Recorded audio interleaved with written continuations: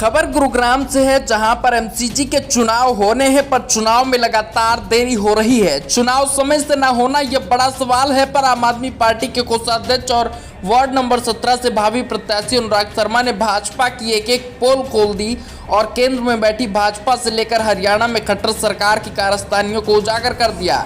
अनुराग शर्मा ने लोगों को बताया कि किस कदर भाजपा के दौर में पूरे हरियाणा में बिजली आपूर्ति की कमी आई है, बिजली बिल में बढ़ोतरी हुई है, जिसको लेकर आम आदमी पार्टी ने बिजली आंदोलन छेड़ दिया है। और लोगों को ये बताया जा रहा है कि अगर दिल्ली और पंजाब में बिजली मुफ्त हो सकती है तो हरियाणा में क्यों नहीं, गुरुग्राम में क्यों नहीं।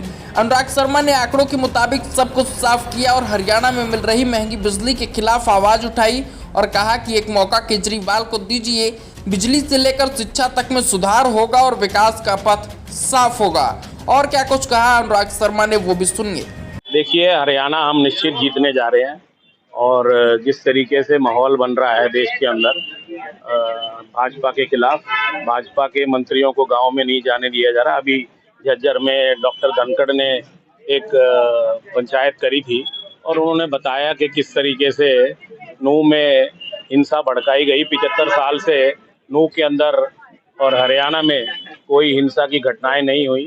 तो ये पोलराइजेशन करने की इनकी जो नियत है, जनता अब जाग गई है, जनता सब समझ रही है। सर, क्या लग रहा है कि ये जो चुनाव इतने लेट हो रहे हैं, पिछला 1 साल हो चुका है, जबकि यहाँ पर नगर निगम के चुनाव हो जाने चाहिए थे। ऐसे ही इन लोगों ने दिल्ली में भी बहुत टाइम लिया था, तो कहीं तो दिल्ली में भी इन्होंने सीट गंवा दी थी। इसी को लेकर के आप गुरुग्राम में कुछ ऐसा देख रहे हैं?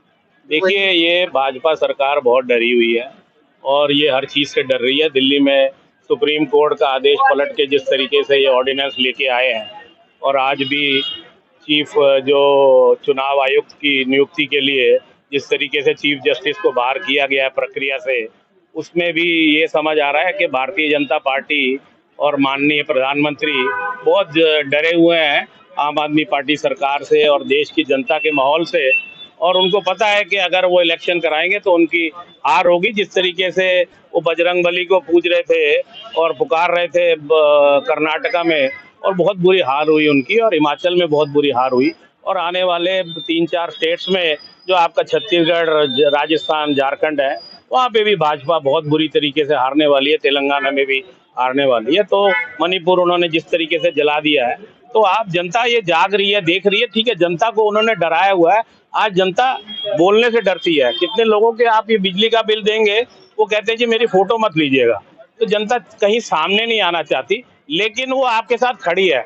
जब वो वोट की चोट करेंगे तब भाजपा को पता लग जाएगा कि राघव चड्ढा की सदस्यता भंग की हुई।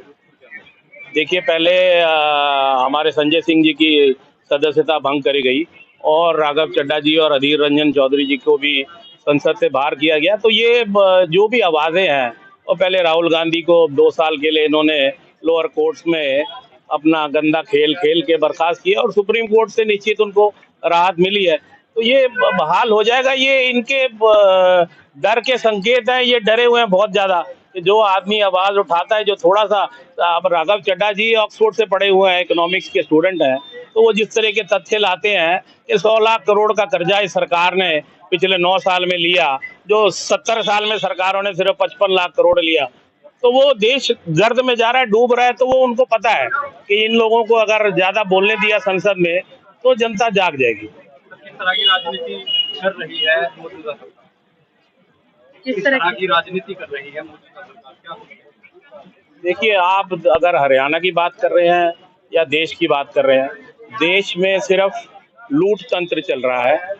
हर चीज अदानी को दिया जा रहा है, आपके सामने है, पूरे देश को पता है। और उसकी सुनवाई सुप्रीम कोर्ट में चल रही है, 370 की भी सुनवाई चल रही है। और जो रंजन गोगोई, जिनको राज्यसभा की सीट मिली थी, उनके साथ पैक्ट हुआ था सरकार का कि आप सारे जो हैं डिसीजन हमारे फेवर में देते जाइए, हम आपको इस तरीके से राज्यसभा में बिठा देंगे। और उन्होंने 370 हो, राम मंदिर हो, और आपका ट्रिपल तलाक हो, और तमाम और चीजें रंजन गोगोई जी ने नियमों को, कॉन्स्टिट्यूशन को ताक पे रख के सरकार के फेवर में कर दी। और अब जो चीफ जस्टिस है चंद्रचूड़ साहब, वो सारे डिसीजन जो है पलटते जा रहे हैं। और वो आदमी नरेंद्र मोदी और 2024 की जीत के बीच में खड़ा हुआ है।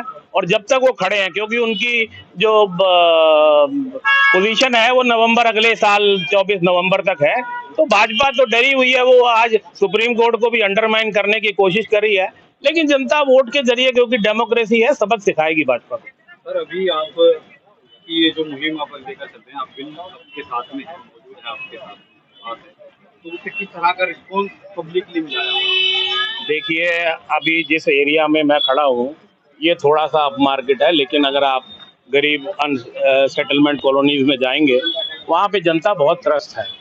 तो जनता जान रही है, जनता समझ रही है कि ये जो पैसा है ये उनका है और सरकारें उनके खिलाफ काम कर रही हैं।